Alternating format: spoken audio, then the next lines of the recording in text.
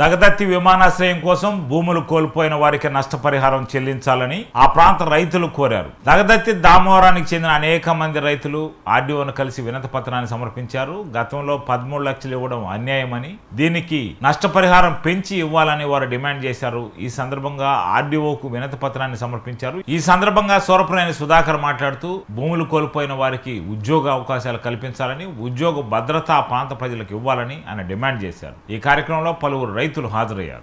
అర్థం చేసుకుని మాకు న్యాయం చేయండి సార్. ఇది 13 లక్షలు తక్కువ సార్. ఈ రోజుల్లో అరెకరా భూమి కూడా రాదు సార్.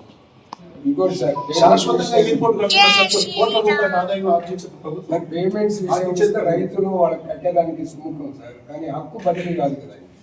హక్కు మీరే కాదన్నారు. మాకే హక్కు లేనప్పుడు వాళ్ళకి ఎట్ట వస్తుంది హక్కు? మీరు ఏదైనా ఒక ఒప్పందం చేసి అంటే దానికి రైతులందరూ ఇంట్రెస్టెడ్. ఇప్పుడు జరిగినటువంటి ఒప్పందంలో ఏమని పెట్టాడంటే, మేము మాకు మ్యూటేషన్ చేసుకోవాలి, మీరు మాకు అగ్రిమెంట్ ద్వారా సంతకాలు పెట్టారు కదా, రేపు పొద్దున్న నోటీసులు పంపిస్తాం, మీరు వచ్చి మాకు పోలీస్ స్టేషన్ చెప్పారు, సబ్మిషన్ ఇదే సార్.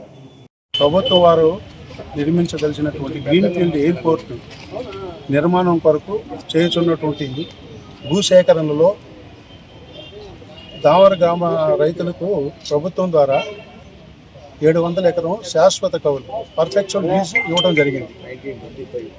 ఆ భూమిని ప్రభుత్వం వారు ఎయిర్పోర్ట్ నిర్మాణం కొరకు తీసుకున్నట్టుకు ప్రయత్నాలు చేసి ఉన్నారని నిన్న ప్రభుత్వం వారు విడుదల చేసినటువంటి జీవోలో తెలియపరచడం. దాన్ని చూసి ఒకంత ఆశ్చర్యానికి గురైపోయారు మా రైతులు. కారణం ఏంటంటే దాంట్లో పొందుపరిచినటువంటి వివరాలు ఆమోదయోగ్యంగా లేవు.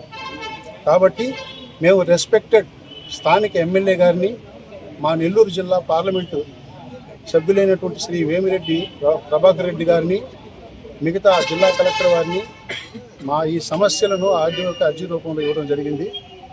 మాకు ఆ భూమి తప్ప వేరే భూమి లేదు. దాన్ని ఆధారపడి రైతులు జీవిస్తున్నారు.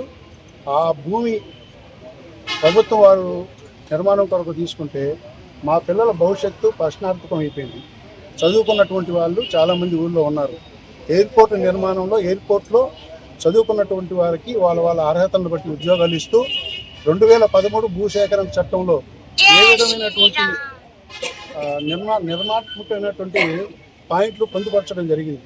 దాన్ని ప్రభుత్వం వారు పాటిస్తూ దాని ప్రకారం మాకు నష్టపరిహారం చెల్లించమని అంటున్నాం.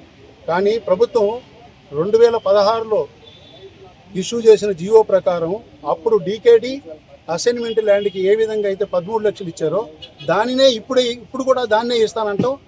ఇది చాలా బాధాకరమైన విషయం.